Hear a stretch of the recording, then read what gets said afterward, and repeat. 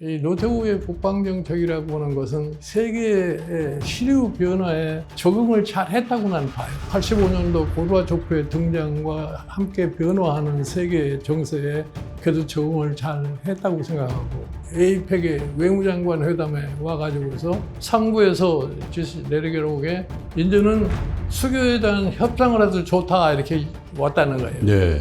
그래서 사실은 92년 1월 달에 수교 협상을 시작을 한 겁니다. 근데 북한이라는 게 우리하고는 직접적인 대화를 안 하려고 그랬던 거 아니에요. 예. 그러니까 북한의 가장 영향력이 강한 당시 소련과 중국과의 우리가 수교를 함으로 인해서 북한이 자동적으로 우리하고 얘기를 할 수 있게 만들어준 겁니다. 예. 그러니까 한소수교, 한중수교가 전제가 돼가지고서 남북 기본 합의서라는 것이 작성될 수 있었던 거라고 생각해요. 오늘은 여러분과 함께 노태우 정부 시절에 정말 극적으로 연출되었던 소련과 중국과의 수교, 그리고 경제적인 어떤 협력 관계를 어떻게 맺게 됐는지에 대한 체계는 잘 안 나오는 얘기를 포함해서 재미있게 한번 들어보도록 하겠습니다. 대표님 어서 오십시오. 네. 네. 샌프란시스코 그 최초의 한국과 소련 지도자 간의 만남이 굉장히 극적으로 연출이 됐다고 하는데, 사실 지금도 우리나라는 세계 경제 10위권이 10위 안에 들어가고 재래식무기 기준으로 세계에서 5번째, 6번째 돼가는 군사 강국이 된 상황임에도 불구하고 정상 외교라든지 이런 강대 국가의 정상 외교에서 뭔가 우리는 항상 조금 밑에서 뭘 한다, 그죠? 또 저 대국의 국가 원수를 어떻게 해야 되는가, 이게 항상 국민적으로도 걱정이고. 그런데 당시에는 어떤 상황이었는지도 좀 회고를 해보면 좋을 것 같아요. 샌프란시스코에서. 네, 솔직히 얘기해서 거대한 소련을 상대로 해서 외교를 한다는 것이 그렇게 간단하다고 보지는 않았어요. 예. 그러니까 제가 이제 단장이 돼가지고서 8월 1일 날 서울을 출발해가지고 예. 2일 날 맞춰서 가야 되니까 이제 출발을 했는데, 제가 이제 각 부처 차관보를 한 10몇 명 데리고 같이 갔습니다. 모스크바로. 네, 모스크바에. 예. 그때 이제 외무부에서 차관보가 날 수행을 했는데, 그 차관보가 외무부에서 만들어줬다고 하는 회담상의 주의사항, 예를 들어서 슈퍼파워하고 협상하는 과정의 주의사항이라는 이런 파일을 하나 줘요. 예. 그래서 제가 그걸 가지고서 비행기 속에서 쭉 읽으면서 이제 모스크바를 갔는데, 그 파일대로 하면 아무것도 할 수가 없고요. 해본 적이 없으니까 그렇겠지. 예. 그래서 내가 그 차관보에게 이거 당신 도로 가져가라고 줘버리고, 이제 일단 8월 2일 날 공식적으로 대표단 회의를 갖다가 열어가지고서 네. 인사를 하고, 내가 이제 상대방 소위 부수장한테 이거 뭐 여기서 토론을 해봐야 의미가 없으니까 당신하고 나하고 둘이서 얘기를 하자 말이에요. 그래가지고서 이제 그 사람 방에 가가지고 이제 얘기를 시작을 했어요. 나는 사실은 경협을 하러 소련에서 초청을 했지만, 내 목적은 뭐냐면 어떻게든지 수교를 좀 유도하는 것이 중요하다고 그게 생각을 했어요. 국가이익이죠. 예. 그래서 내가 이것저것 생각을 하다가 뭐라고 얘기를 하냐면은, 내 상대방에게 1차적으로 이렇게 얘기를 했어요. 당신네들 나라가 지금 소위 갑작스럽게 체제 변화를 갖다 가져오려고 지금 하는 상황인데, 우리가 거기에 대해서 참 별로 능력은 없지만 협력을 하겠다고 하는 것이 우리의 기본 자세다 말이야. 그러나 내가 당신한테 한 가지 얘기하고 싶은 건 뭐냐면은, 당신 대통령이 경협을 먼저 하고 수교를 낭정해 하자고 얘기를 하는데, 내가 보기에는 그 순서가 잘못된 것 같다. 예. 그러니까 당신 대통령한테, 그때 고르바초프가 휴가 가고 없어요. 당신 대통령에게 연락을 해가지고 수교부터 먼저 하고 경협은 내가 책임지고 당신이 서울에 오면은 내가 해줄 테니까 그걸 내가 당신이 한번 다시 생각을 해봐라. 예. 그래서 사실 오늘 우리 회의는 길게 할 필요 없고 내일 회의를 하는데 당신이 오전에 당신 대통령을 만나서 내 얘기를 전달하고 답을 받아야 되니까 내일 회의는 오후에 하자. 그러면서 제가 뭐라고 얘기를 했냐면은 우리는 시스템이 당신 나라하고 우리나라하고 다르단 말이야. 당신 나라는 대통령이 명령을 한번 하면은 뭐 일사천리로 왜 통과가 될지 모르는데 우리는 대통령이 그렇게 힘 있는 사람이 아니단 말이야. 국민이 있고 국회가 있고 이러기 때문에 그 사람들이 동의하지 않으면 대통령이들 어떻게 할 수가 없다. 예. 근데 우리나라 사람들이 뭐라고 얘기를 하냐면 야 서로 상호간에 인정도 안 하는데 무슨 놈의 돈 거래를 하느냐 이렇게 얘기를 한단 말이야. 그러니까 관계를 공식화하는 게 먼저다. 그러니까 당신 대통령한테 내가 이렇게 얘기를 하더라고 전달을 하고 다시 한번 답을 받아가지고 와라. 그렇게 얘기했더니 뭐 그렇게 해갔다고 그러더라고요. 그거 제가 사실은 과거에 내가 이 독일에서 공부를 할 적에 소련에 대해서 한 1년 반 동안 한 연구한 적이 있어요. 소련에 사실 스탈린 이후에 5개년 계획이 어떻게 진행됐고 후르츠초프 등장해가지고서 소위 소련의 경제 시스템의 변화를 가져오다가 후르츠초프가 쫓겨나고 브레즈네프 체제가 돼가지고서 결국 와서 소련 경제가 결국은 몰라야를 하던 것. 뭐 그런 등등 내가 얘기를 하면서 했더니 그 사람이 뭐 성크이 그러면 내일 내가 대통령한테 물어가지고 오겠다고 그러더라고. 그래서 이제 그 다음날 오후에 이제 대통령한테 갔다 왔다고 그래서 회의를 하는데, 예선이 친구가 오더니 뭐라고 그러냐면, 고르바초프 대통령께서 당신을 굉장히 잘 모시라고 그렇게 얘기를 전달하면서 당신 말대로 수교 먼저 하고 경유분 낭중해도 좋다. 이렇게 얘기를 했다는 거예요. 예. 그래서 이미 사실은 뜻밖의 소각이 온 거네요. 그래서 이미 이제 수교라는 건 거의 확정이 된 거예요. 그래서 내가 그 사람 보고 그날 저녁에 제가 이제 그 수련 대표단을 위한 한 리셉션을 베풀어 줬는데 거기에 이제 우리 소위 KBS에서 따라온 기자가 있어요. 그래가지고 그 기자들한테 내가 이 부총리하고 서로 얘기를 할 테니까 그거를 KBS에서 찍어서 서울에 보내면 어떠냐 했더니 시간을 맞춰보니까 9시 뉴스에 마칠 수 있다고 그러더라고요. 생으로요? 네. 그렇게 해서 내가 텔레비에 인터뷰를 했더니 싫대요. 자기 나라에서는 그런 적이 없대. 그래서 당신 직접 텔레비에 인터뷰하는 게 아니라 나하고 둘이 얘기하는 걸 갖다가 우리 텔레비 카메라가 찍으면 된단 말이야. 그래가지고 내가 대화하는 형식으로 해서 물어본 거예요.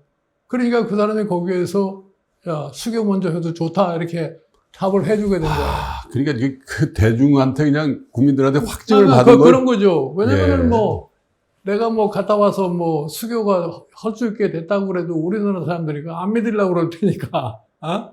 그래서 이제 그런 식으로 해서 이제 수교 협상이 끝난 거예요. 그래가지고서 이제 결국 가서 이 소련이 자기네들 입장이 자꾸 바뀌기 때문에 그해 이제 9월 달에 서울에서 만나서 이제 경협을 완료로 하기로 했는데 못 오는 거예요. 자기네들 사정 때문에.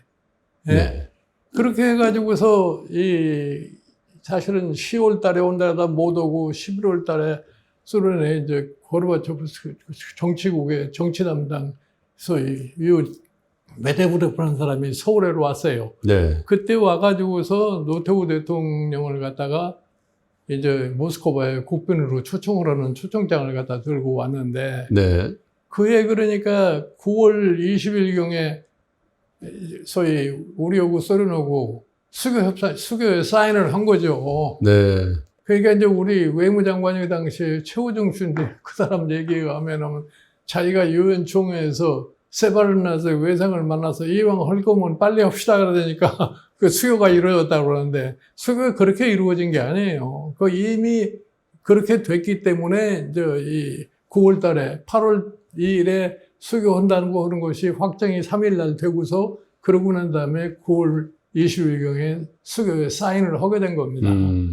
그래가지고 이제 결국은 제가 이제 8월 소련에서 한 일주일 동안 더 머무르면서 소련 연방 사람들을 많이 그럼 그때 노태우 대통령이 국빈 방문을 해서 수교 아니죠. 그러니까 그 전에 이미 수교는 사인을 했어요. 그러니까 국빈 방문을 한 거는 이제 소련과의 외교 관계가 수립이 된 다음에 12월 달에 간 겁니다. 네. 예. 그러니까 제가 이제 8월 20일경에 러시아에서, 소련에서 돌아왔는데, 돌아오자마자 갑작스럽게 또 우리 비서실장이 나보고 당신 중국을 가라는 거예요. 그래서 이 사람이 내가 뭐 소련 갔다 온 지 얼마 되지도 않았는데 뭐 때문에 나한테 중국을 가라느냐 하는 걸 상당히 회의를 갖고 있었는데, 그래서 제가 사실은 대통령하고 비서실장만 알고 중국을 갔어요. 그래 갔더니 조호대에다가 딱 갖다가 데려다 놓고서 이 사람들이 낮에는 전혀 연락을 안 해요. 네. 그래서 저녁이 되면은 뭐 이러고 얘기를 해서 내가 여기 온 기본적인 목적은 당신네들이 나를 등소평을 만나게 해준다고 그래서 왔는데 등소평을 만날 수 있느냐 했더니 그 등소평 만나는 건 어렵겠다는 거예요. 그래서 이제 그 등소평 아들 등박방이만 좀 만났는데, 그러고 나니까 이제 날 보고 그래도 자기네들 원로 중에 한 사람, 그 보이보라고 온 사람이 있었는데 그 사람이 사실은 목택동이나 등소피랑 같이 그 혁명. 대장정을 할 적에 네. 같이 했던 사람이고, 예. 그 사람이 그때 원로위원회 4사람 중에 한 사람이에요.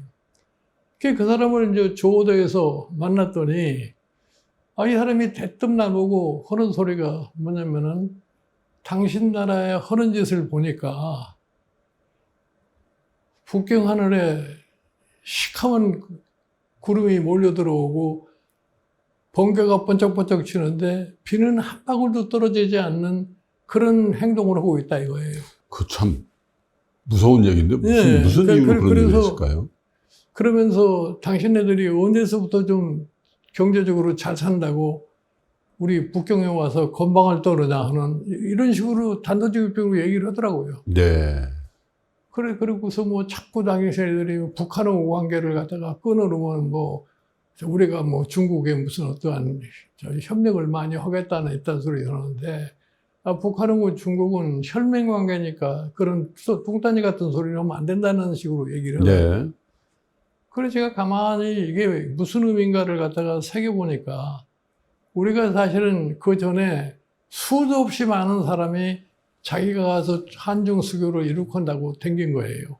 이제 그거를 빗대서 얘기하는 게 뭐냐면, 시커먼 먹구름이 막 쏟아지고 번쩍번쩍 하는데 아무것도 안 된다 이런 얘기예요. 근데 네. 그때 보면은 정기훈이라고 하는 내각 부수상이 네. 대한공작소조라는 걸 구성을 해가지고 거기에 뭐 젊은 친구들로 해가지고 16명인가를 위원이 있어가지고 그 사람들이 한국을 다루는 거예요. 그러니까 이놈들이 한국을 왔다 갔다 하면서 한국에서 필요한 것을 다 지네들 목적을 달성하고, 누가 거기 가면은 소위 차단을 해가지고 만날 수가 없어요. 그러니까 이제 우리가 여기서 대통령이 사실 한중 수교를 이룩한다고 하니까 친서를 많이 써서 줬는데, 가서 보니까 이 친서가 장점면이나 등소평한테는 가지를 않는 거예요. 행방불명이군요. 그러니까 이제 공산당 과장급 책상모에서 그냥 비실비실 돌아가는 거예요. 우리 대통령 친서가. 그래서 내가 가만히 생각해 보니까 이게 무슨 뜻이라고 하는 것을 알게 돼가지고 돌아와가지고 대통령께 그랬어요. 당분간 우리가 휴식 기간을 가집시다. 중국에 대해서 중구난방으로 뭐 아무나 가서 뭐 수교 협상을 한다고 그런 식의 어프로치를 해가지고는 절대로 안 될 테니까 정도 휴식 기간을 갖다. 그래서 우리가 거의 1년 가까이를 접촉을 안 했어요. 안 하고 뭐 개인적으로 무슨 어느 뭐 회사 상사들이 뭐 했다는 얘기를 하지만 그건 뭐 별로 의미가 없는 얘기고. 그래가지고서 이제 이 91년도가 되지 않았어요? 그 91년도 9월 달에 우리가 남북이 공동으로다가 유엔에 가입을 하게 되지 않았습니까? 그러니까 사실은 그 당시에 소련과 중국이 그걸 허용하지 않으면 남북 그렇죠. 그거 안 되게 돼 있는데, 지금은 뭐 아무것도 아니거든. 그때는 엄청난 소련하고 사건이었죠. 이제 수교를 했고 중국이 이제 거기에 동의를 했기 때문에 남북 동시 가입을 하게 된 거예요. 그렇게 되니까 이제 노태우 대통령께서 마지막으로 자기가 해야 할 일이 뭐냐. 자기가 국방정책을 완성을 하려면은 한중 수교를 해야 되는데 자기 방법이지 마땅한 게 없어요. 근데 그때 마침 이제 91년 10월 달에 이 조지 슈트 전 국무장관께서 등소평에 초청을 받아가지고 중국을 간대요. 야, 그 조지 슐츠가 여러 가지 역할을 했는 거예요. 그래가지고서 중국 가는 길에 서울을 들렸다가겠다고 그래서 그 오시라고 그랬더니 서울에 왔어요. 서울에 와서 뭐 저거 뭐 골프 한 2번 치고 이러는 과정에서 제가 그래서 대통령한테 하는 얘기가 뭐냐면 어차피 다른 방법이 없어. 이번에 슐츠 국무장관께서 중소평일 만난다니까 그 편에 당신의 뜻을 갖다가 전달할 수 있도록 하십시오. 그렇게 해서 내가 이제 슐츠 장관하고 노태우 대통령 회담을 주선을 해가지고 내가 노태우 대통령한테 말씀 자료를 잔뜩 써가지고서 이제 슐츠를 만나서 얘기를 했어요. 예. 그러니까 이 양반이 처음에는 굉장히 난감한 자세를 보이더라고요. 슐츠가. 네. 예. 왜 나한테 이런 골치 아픈 일을 갖다가 맡기려고 그러느냐 하는 이런 식이에요. 그래서 제가 사실은 우리 대통령이 마지막 업적으로 내 생각하는 거니까 좀 도와주시면 좋겠다 이렇게 얘기를 해가지고 노태우 대통령은 이제 대화를 하면서 좀 한중 수교를 해야 되는 때가 되니까 그 양반이 뭐 자기가 경험이 많으니까 금방 묻는 게 뭐냐면은 당신 그러면 대만을 어떻게 올 거냐고 묻더라. 슐츠가. 예. 그러니까 수교가 되면은 대만하고 단교한다고 그렇게 얘기를 했어요. 그러니까 슐츠가 그게 진심이냐 이렇게 물어보더라고요. 네. 그게 진심이다 이렇게 얘기를 하니까 알았다 그러고서 이제 그러고서 그분이 중국을 갔어요.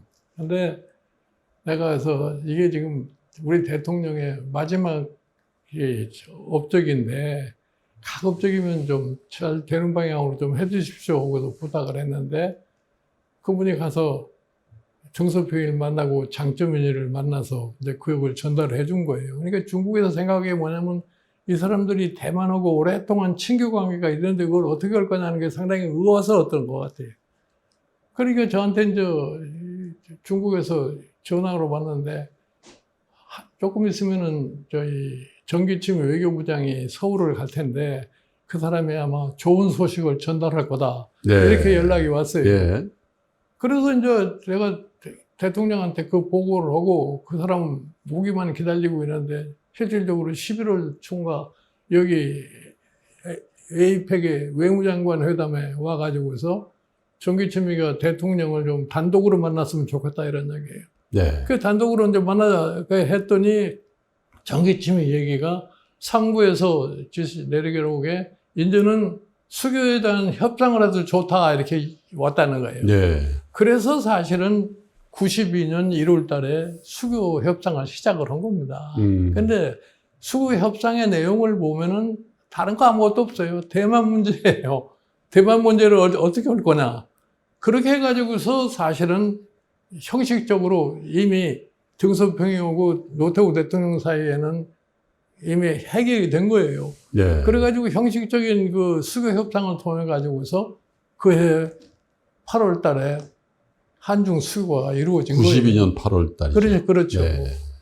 그렇게 해서 사실 북방정책이 완료가 된 건데 내가 보기에는 이 노태우의 북방정책이라고 하는 것은 우리가 소위 세계의 시류 변화에 적응을 잘 했다고 나는 봐요. 그렇죠. 85년도 고르바초프의 등장과 함께 변화하는 세계 정세에 그래도 적응을 잘 했다고 생각하고, 한편으로 보면은 뭐 외교적인 성과도 성과지만 그 북방정책이라는 것은 경제에 엄청난 영향을 미친 겁니다. 네. 우리가 사실은 중국과 수교를 해가지고서 네. 우리가 소위 중국의 시장을 갖다가 확보함으로 인해 가지고서 우리가 사실은 이 선진국이 되는데 한 6, 7년은 빨리 되지 않았나 이렇게 그렇죠. 생각을 해요. 네.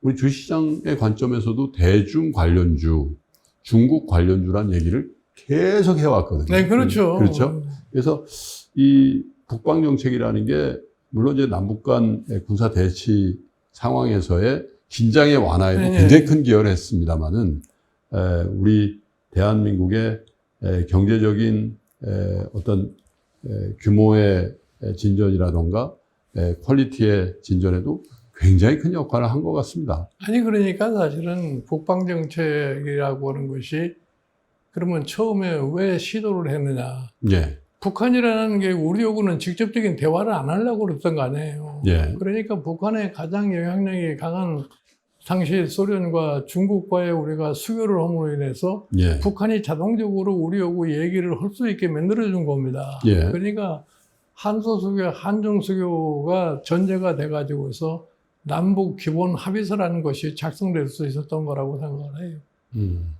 최근에 뉴스 보니까 좀 아이러니하게도 당시 노태우 대통령이 자꾸 하신 지 꽤 됐습니다만은 노태우 대통령의 아들이죠. 노재헌 씨가 주중대사가 됐더군요. 네. 예. 그러니까 노태우 대통령이 아주 한중수교를 이끌었으니까 예. 그 아들이 지금 그 덕을 보는 거죠.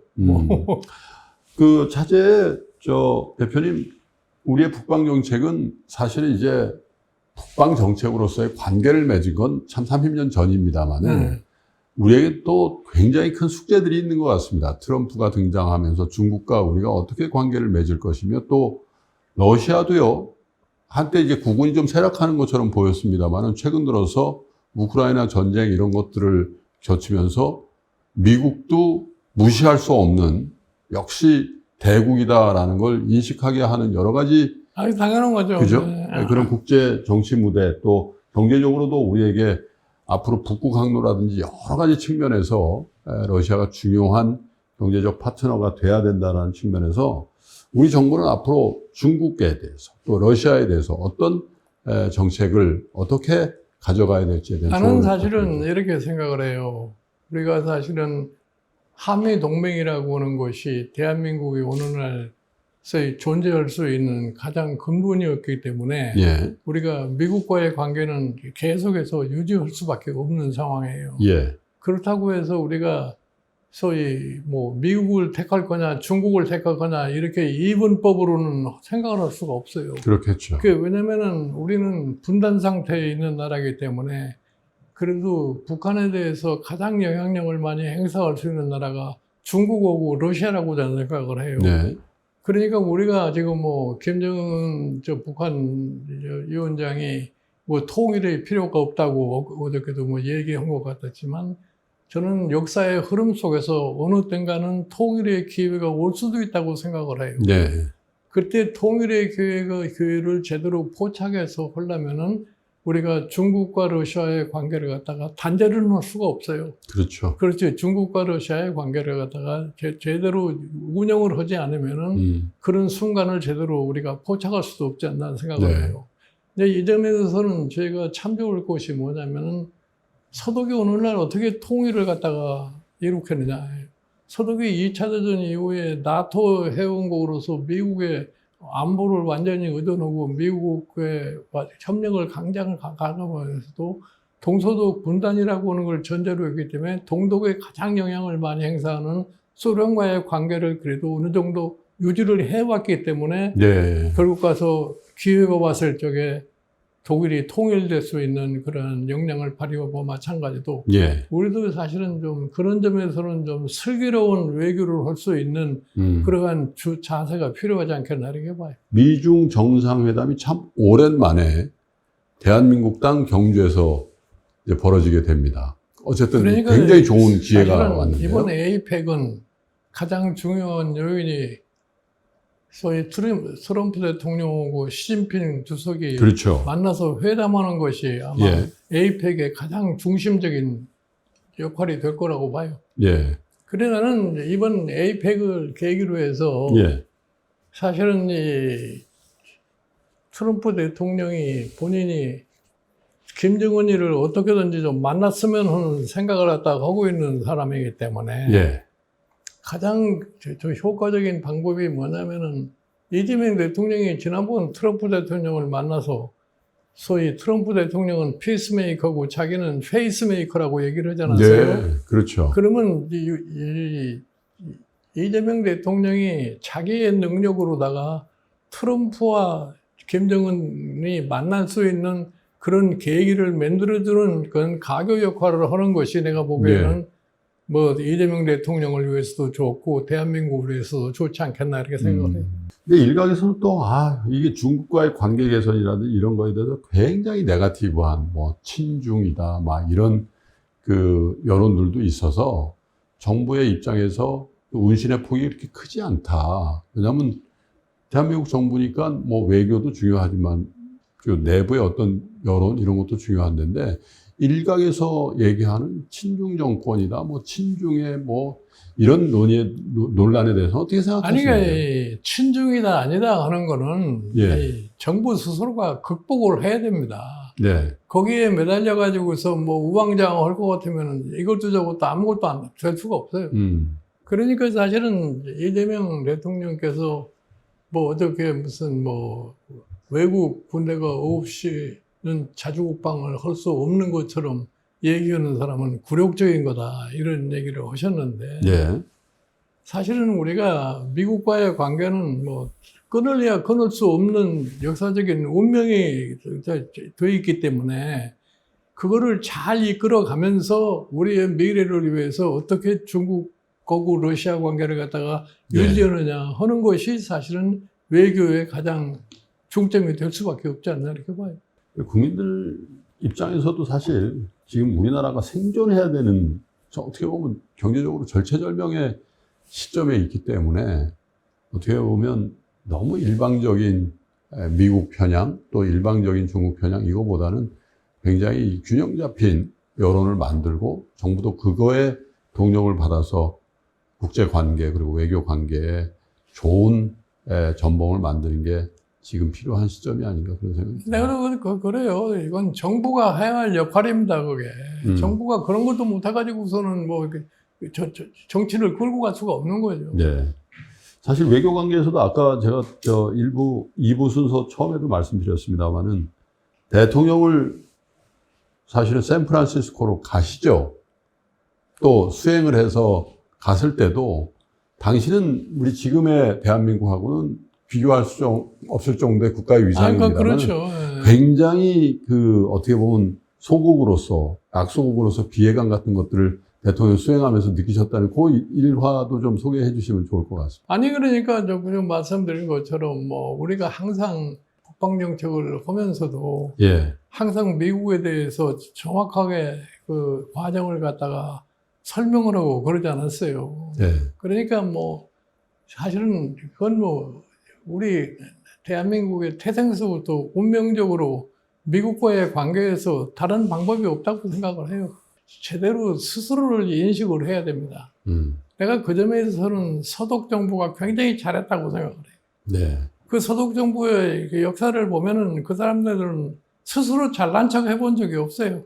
항상 저자세로 임한 거죠.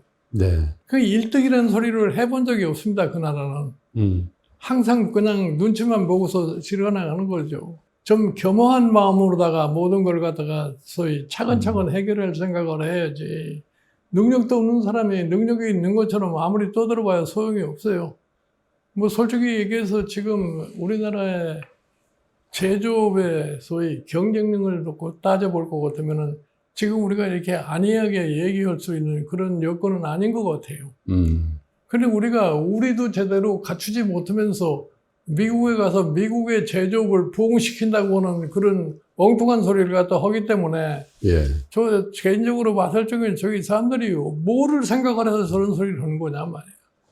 제가 보기에는 뭐 개인 기업으로 따질 적에는 한국에서 돈을 버나 미국 가서 돈을 버나 별 차이가 없어요. 그렇죠. 그러나 국민 경제 전체적으로 볼 것 같으면 돈이 우리나라에 남지 않고 외국에 갈 것 같으면 그건 우리 경제는 점차적으로 어려운 상황으로 갈 수밖에 없는 거예요. 우리 국민들의 일자리, 특히 청년 일자리, 또 블루칼라 일자리 이런 것들이 추세적으로 감소할 수 있다는 그런 굉장히 큰 위기감이 있죠. 우리 김 대표님 보시기에 지금 우리나라에 구조조정을 할 분야가 상당히 많습니다. 많죠.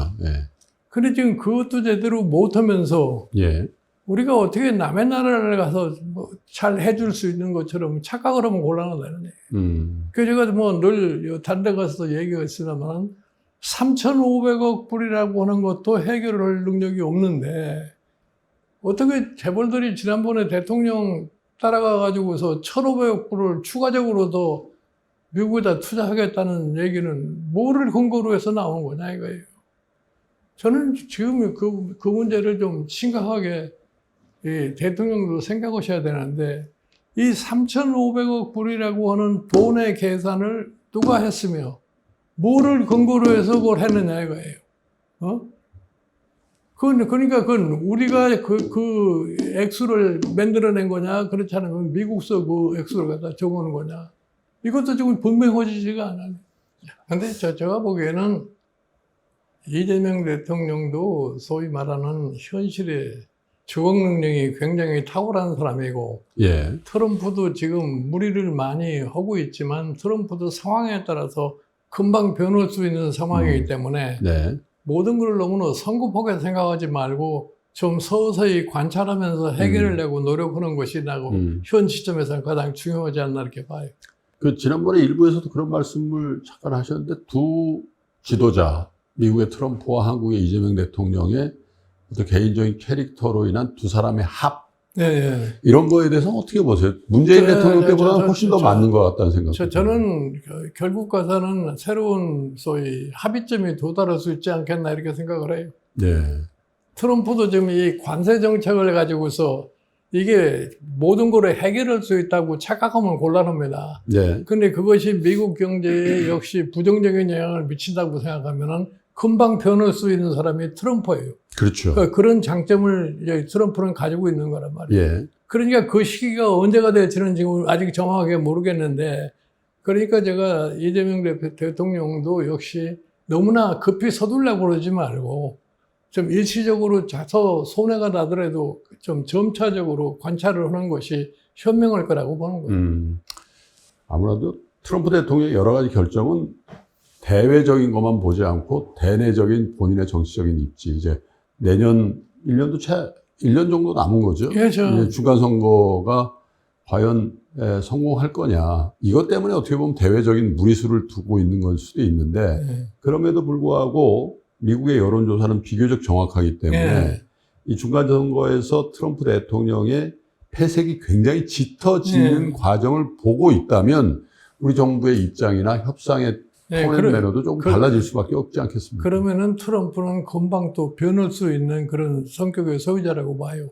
네. 그러니까 한편으로는 굉장히 극단적으로 가지만 또 한편으로 볼 것 같으면은 상황에 따라서 금방 또 다시 변할 수 있는 그런 성격의 소유자라고 생각하면 되죠. 어쨌든 한 번도 대통령은 할 수 없는 트럼프 대통령의 태생적 한계도 있기 때문에 어떤 시점에 어떤 결정을 할지에 대해서는 정말 예의 주목해야 되지 않겠나 그런 생각이 듭니다. 3프로TV 시청자 여러분, 저는 다음번 역사 기록 한국 정치 50년을 얘기한다 해서 김종인 대표님과 다시 뵙겠습니다. 대표님 감사합니다. 네, 고맙습니다. 네.